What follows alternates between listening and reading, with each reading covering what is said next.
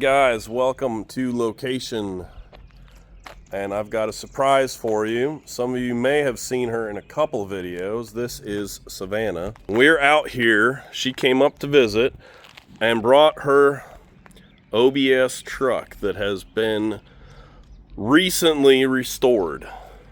All right, she's going to talk about what happened to this truck in the restoration. So first we did the interior. My dad found somebody on Facebook. He did the interior, all the headliner, carpet, all hand done, didn't use a sewing machine.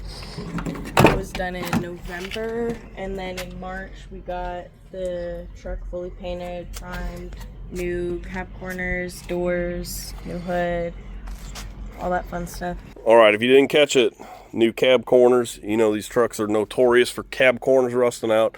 The doors are replaced, fenders are replaced, steel cowl induction hood, and did rust repair on the bed.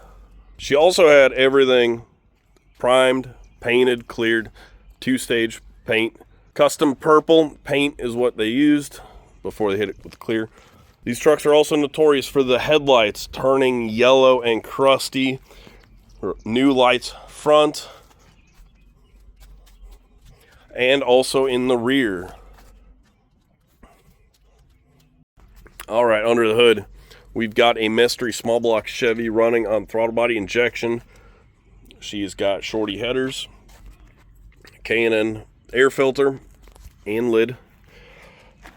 Recently replaced and recharged air conditioning. Underneath the truck, we've got a recently replaced dual exhaust, dual Flowmasters with turn downs. What's next for the truck? Spinners. Spinners? No, eventually. Not sure yet. Not sure yet. Maybe fix some wiring. It's the main goal. Yep. A laundry list of small little things. Again, we got custom interior, hand stitched with the diamond pattern. She wanted purple and black, and that's what she got. They've also got a brand new double din Sony